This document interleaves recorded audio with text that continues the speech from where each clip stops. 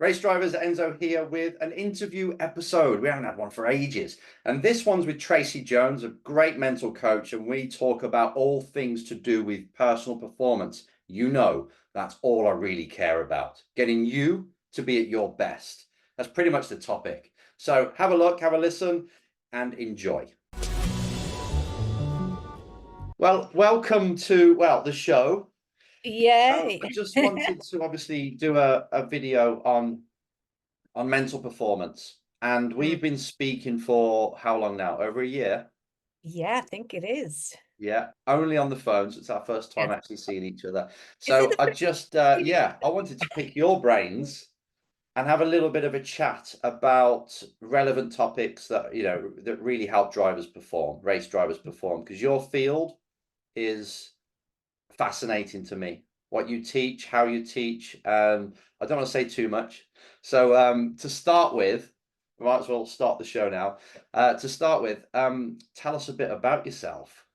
Yeah, well, Let I'm viewers a know. mind management coach, and I sort of stumbled across my role probably about 15 years ago now. And I'd sort of been doing it anyway in the background on a sort of like a subconscious level within my previous roles.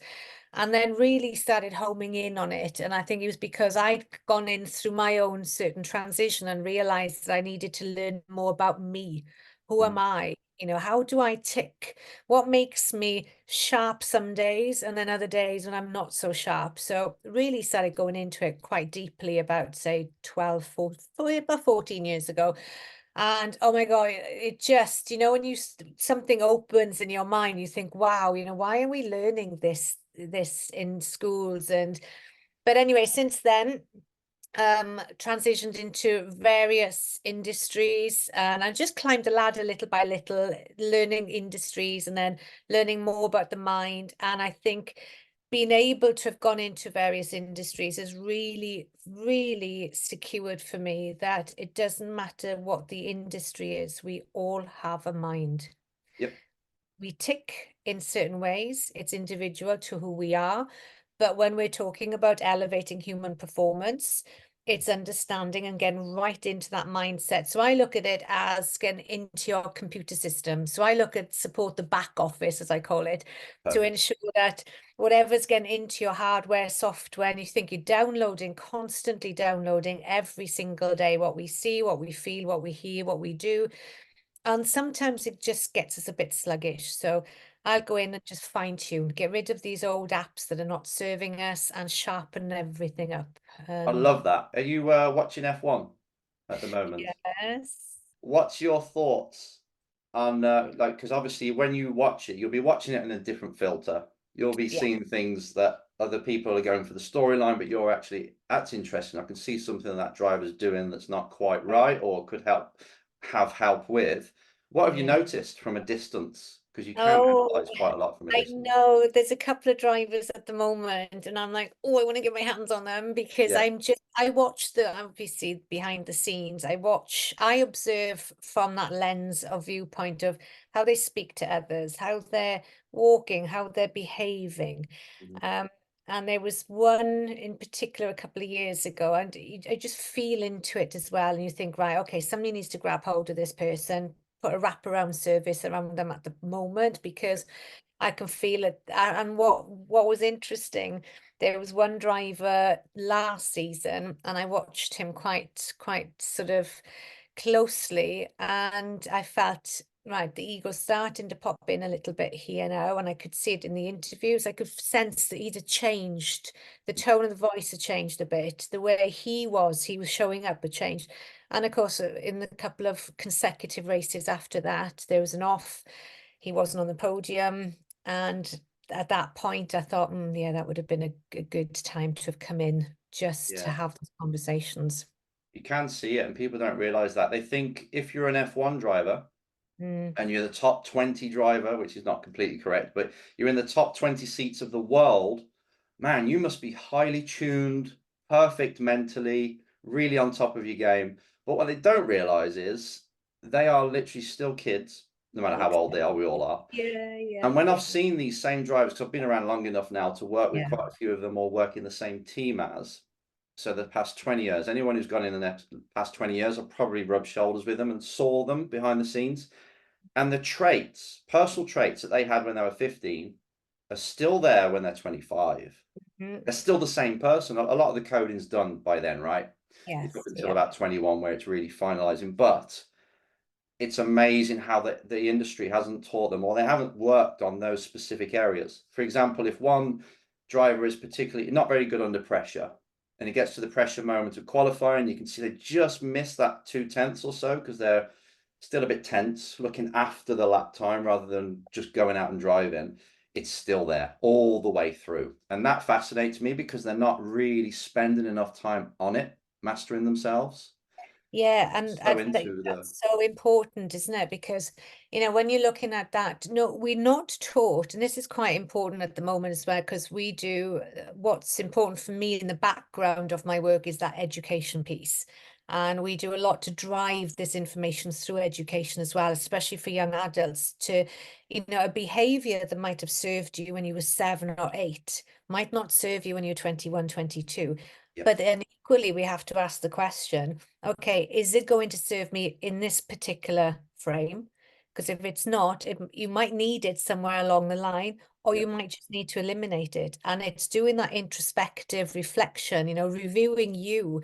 And you have to go through things to actually go through and think, yeah, actually that behavior didn't serve me. Okay, what would I do the next time if that was going to happen? Or if I have to go for that interview, or if I'm going to speak to the manager again in a different way, what does that look like? Yeah. And it's constantly reviewing you, isn't it? But from that non-judgmental perspective, because I've come across people that when they start this journey with me, and I learned quite quickly that people would start the journey within 3 or 4 sessions in, they were making themselves wrong. And I saw the trends starting to come through, and I was like, right, okay, we need to highlight this right at the start of that journey, that once you start doing that tweaking and going in there, it can sometimes be pretty ugly to see, and to Yeah. see ourselves sometimes and be able to put that mirror up. But we have to do it from that non-judgmental perspective, put the emotion on the table, view it strategically, ask those questions. Is that a belief? Is it serving me? When could it serve me? Do I need to eliminate it? And really start to change those habits and patterns of behaviors. So right, it's really difficult for the drivers on that front, because they attach their identity to their results. You know, who Mm, I am in this world. It's still like the playground at school kind of mentality. Who's cool, who's not. You know, it's still that, and everybody around them as well. So this is the big challenge. Two things: is their identities attached, and also their parents. Say if it's karting, their parents or the team, people around them are so happy when they win and yeah. virtually depressed when they lose. They kind of attach that as well to Mm, their personal worth in this world. Where I belong, he's better than me, blah blah blah. I'm better than him or her. It's that kind of culture. So I'm again really aligned with you because I kind of see it, and it's the very first session I have with a driver because I'm talking more like overall performance, different areas. Could be their braking, could be how they're leading the team. It's really broad. Um, but it comes down to them seeing themselves like a character in a computer game, like on FIFA football, where mm, each player has got all these attributes: 50% dribbling, 70% acceleration, all this stuff. yeah, And I want to make them see themselves like that. So they're not attached to that person, it's them, because they are. yeah, But it's like, okay, if I've got this goal, F1, where do I want to be next year and where am I now? And then you got the journey. You can see the start, middle, and end, or first step and end. Who do I have to become, or who is the type of person that could pull this off? What skills have they got? And I get them to just tell me 4 skills.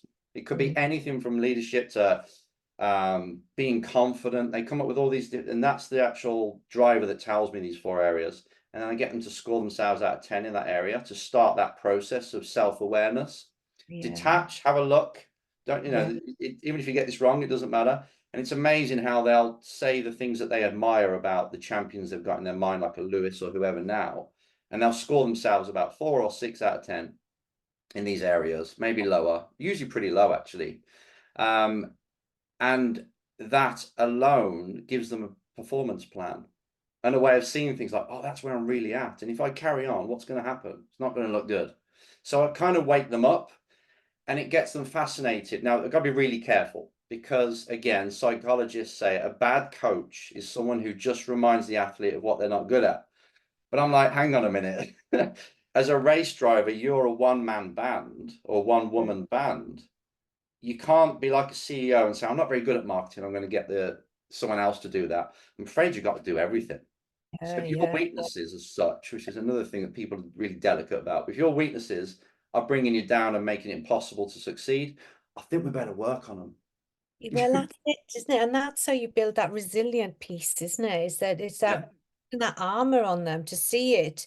And again, it's like you said, it's distancing and seeing it from that non-judgmental perspective and seeing it as a goal is like, right, okay, so if I am confident, you know, when you say about confidence, and it's a lovely way of getting them to look at it because it's coming from them, isn't it? Nobody's telling them you need to build your confidence, you need to do that, because the way you do it, they're seeing it for themselves. So they're all of a sudden they're starting to take ownership over it anyway, because they've written those words down on that piece of paper or wherever they do it. So already the mind's made those connections.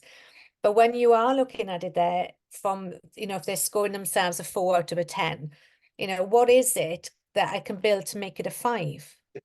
What can I then do to make it a 6, isn't it? Those stepping stones, because they're constantly looking forward, but bettering themselves as a whole person.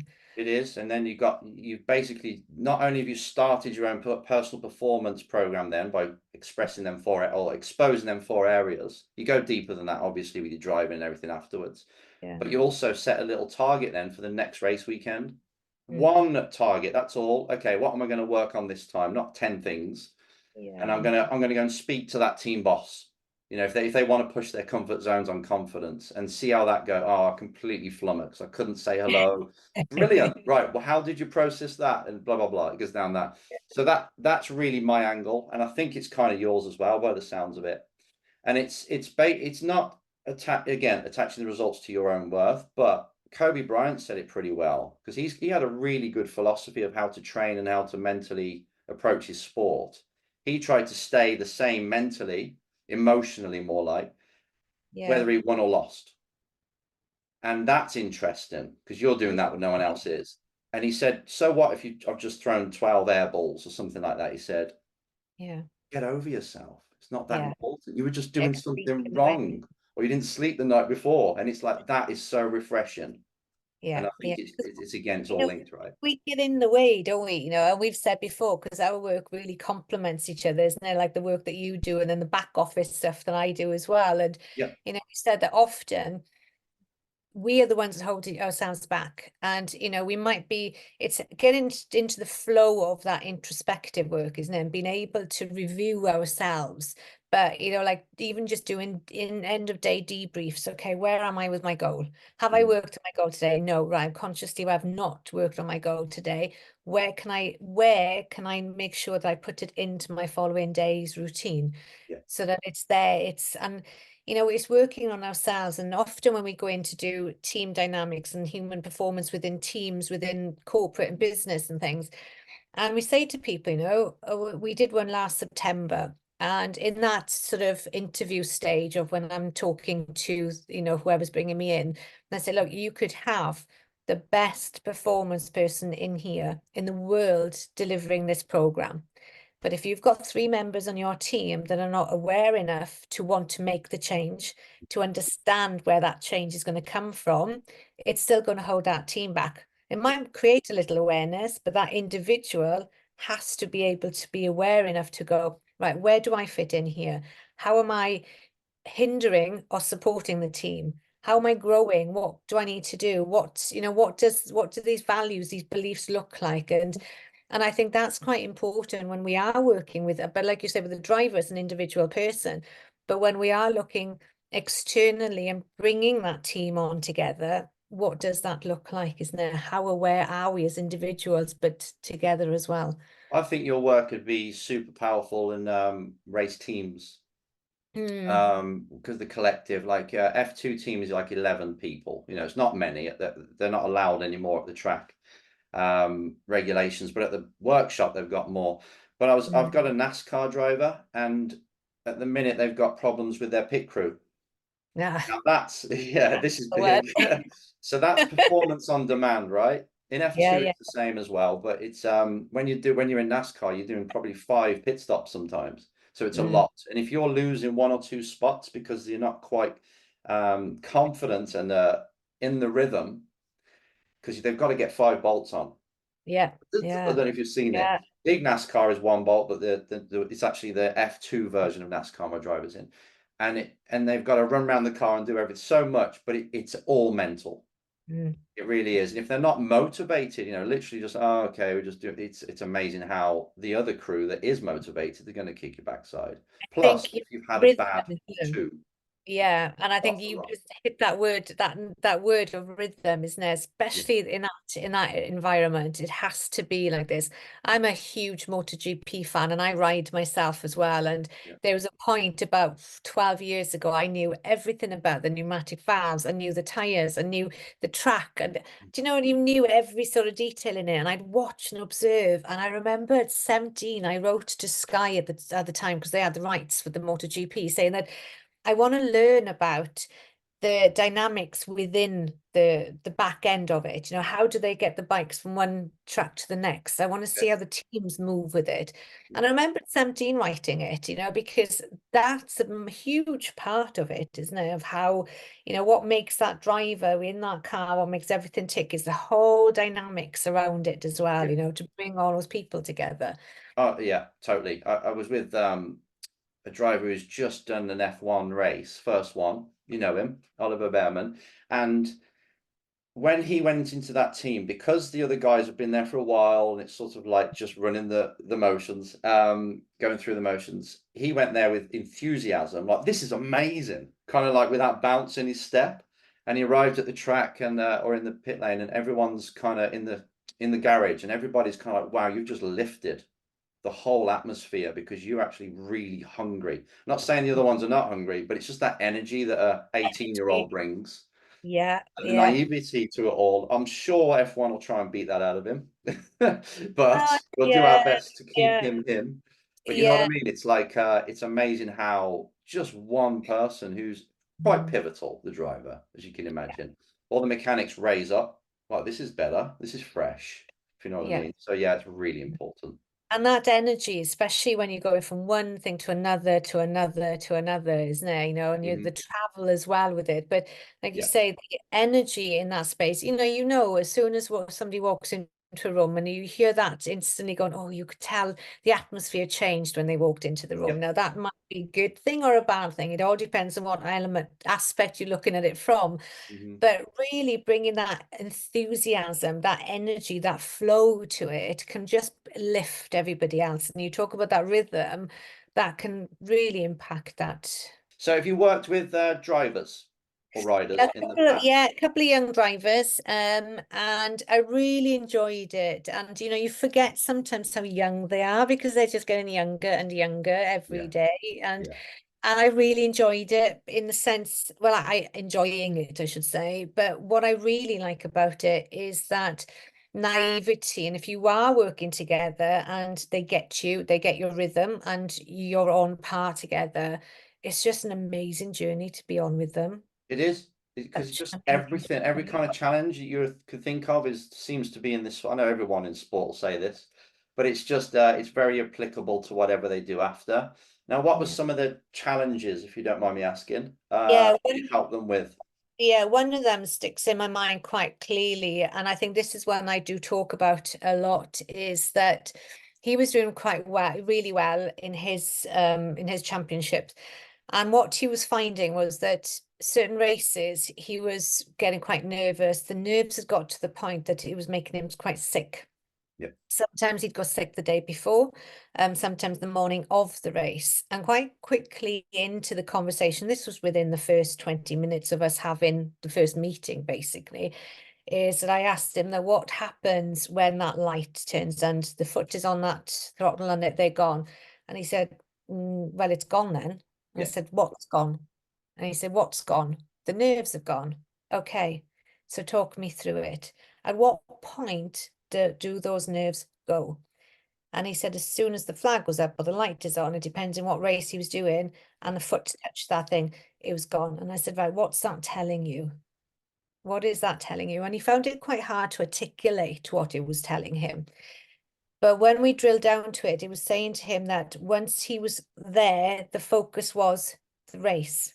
Yep. So it proved to him that the mind is a very powerful tool, because once we're focused on something, and what we focus on expands, and what we think about grows. Yep. So what he was doing, he was focused on the sickness and focused on the nerves, and that was taking over. So once we could then get him to reframe, get him to understand how the emotions drive the behavior, and then that was getting bigger and bigger because that's what he was focusing on. So once we could eliminate that, set a strong intention, and change the habit, because it had grown into a habit for him. Yep. So once we could start to eliminate that habit and get him to just to understand that the focus now needs to be on that race, but the nerves, a little bit of nerves are okay, but to this level it wasn't so good. So we just reframed that, helped him to understand how his mind worked, at what point, and the physical. So I took him into the physical. So explain to me when the nerves start to kicking. And he said, well, I feel sick in my stomach. Okay, where else do you feel it? It's in my chest. Okay, where's the first bit that it happens? And he said, it's in my stomach. Okay, so describe it to me. Describe it, and describe what the thoughts are telling you at that specific moment. Does this happen the day before, the morning of? And then we go into that much depth with it. Yep. So that next time then he understands that, oh, that sickness feeling has come back in. My thoughts are saying this, right? Stop, pause, regulate, and focus on the correct thing. Let it go. Amazing, isn't it? Where the focus goes, the energy flows, as the old saying says.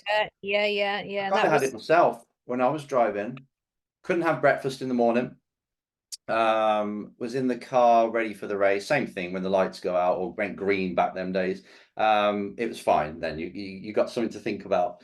But you're swimming up until that point, worrying about not being good enough. Hope it goes well. What if it doesn't? Maybe so and so's there, and it's making it even more nerve-wracking. They're watching. You can mask it up however you want to create that emotion. Well done, perfect. The system's working. yeah. But it was really weird because it was slightly before I started to study mental performance. And it's probably what got me into it, to be fair. All of a sudden, I was sat on the grid. Everyone knows this story for watch the show. And I was sat there thinking to myself, and I kind of did a deal with myself to see it from a different perspective, and that's what helped. Was I'm really lucky. Gratitude for me is number one habit changer, breaker. I'm really lucky to be here in the first place. This is so cool. It's a Sunday and I could be just at home doing what my mates are doing, which is nothing. And I'm having this feeling of adrenaline, absolutely crapping myself. And there's so many people, most people in this world don't get to experience this. It feels like fight or flight, but in a controlled area. And it's cool. And I know one day I'm not going to feel this anymore. Once racing finishes, it's done. And I was thinking, my dad doesn't even get this ever. I'm so lucky. Boom. From that day onwards, so that's what, like a 20-second conversation in my head, maybe. Gone. And in fact, I was too relaxed there, but it made me drive better. Sometimes like, I'm a bit late, I don't care, I'm to the grid. But still, it was like, wow, what the hell happened there? So I've had this all the time for years, and then all of a sudden just decided not to. I hit that tipping point and convinced myself. And the And brain was like, I like this better.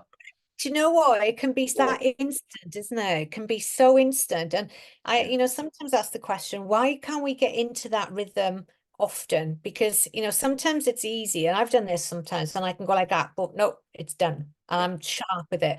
And other times I'm still like ruminating over it. And I think, okay, if I'm still ruminating over there, there's still something in there for me to solve. Or a benefit of some weird benefit, you know? Yeah, there's something there. And it's like, you say, but the adrenaline, isn't it? It's being able to work with the adrenaline, isn't it? Because Yeah, then it's understanding that actually this is my body. that's it. This is my body. Yeah. I can actually regulate that adrenaline if I want to, but I just need to learn how to do it. That's it. And I could have gone deep thinking it's like it's my self-belief issues and things like this. And I don't feel like I'm quicker than the guy behind who's going to get me. All these things, but actually it was just what I was thinking about at the time and Yeah. creating the emotions. Yeah, So yeah. it's quite crazy. Another thing I think you mentioned before was helping somebody feel confident in high speed corners. Mm. And I think you took them to the track and sat down with them and everything. It was yourself, right, that told me this. Yeah, yeah, we did the visualization There you technique. go. Give me some of that because that's really interesting. Yeah, we've talked about that before, and this is just, oh, it's just so powerful. And interesting enough, I was listening to some work with Joe Dispenza a couple of days ago on his journey, and it's just phenomenal what the mind and the power of the mind can do. Yeah. Because once you get into that visualization, I know you talk about this a lot, isn't it? And as part of a huge part of your work as well, but Yeah. it, it's the power behind that visualization, and that the power behind it of being able to see it in your mind's eye, because why am I slowing that down? Why am I just flowing around that bend? Well, Yeah. what is it about it? And just start to sit with it and just watch that flow. And once you can get into it, so especially the track side, what I've done before, which is really powerful, is taking them to, especially if they've had an off at that specific track, Yeah. that specific corner, and that can sort of like ruminate a little bit with them of that doubt or that split second of, oh, I better not, because that same corner will come in. Yeah. Take them back to the track and sit them at that bend and be there, feel it, see it, view it. And Yeah. then what we do then is replace it. So replace the viewpoint. So it's a little bit more of replacing the old memory, Yeah. being able to discard that, bring the new memory back into it, but really sit on that point of that track and see it, visualize it, and feel the flow as you're going around it. So that when you are doing it, it's an automatic response then as well. But Yeah. releasing that doubt that's happened before, and that was very powerful. Visualizing it over and over again, right? To try Yeah, and repeat, retrain repeat. it.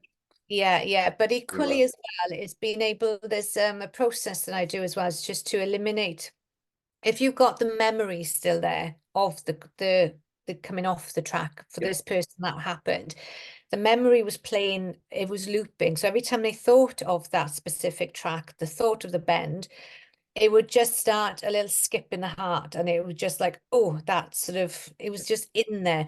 But we wanted to get in there and just release that for them. So when taking them back to the trackside, eliminating the picture and the memory Yeah. of what had happened, and then replacing it with the visualization, repeat, repeat, repeat of how they wanted to do it. Yeah. And it's sort of like release then the old patterns of behavior with it. That sounds really familiar to NLP, what they teach as well. That was one of the first things I learned. It's the same with a Yeah. lot of people. It's a dirty word in a lot of industries, but You know there's a what? I lot can you can take from see. that reframing, and it's Yeah. yeah, it really works from a Yeah, and phobia. I understand now as well why NLP in the wrong hands, Mm. uh, why it can be quite dangerous, and why it is sort of, it's a bit like Marmite, isn't it? Yeah, It's depends who you yeah. talk to.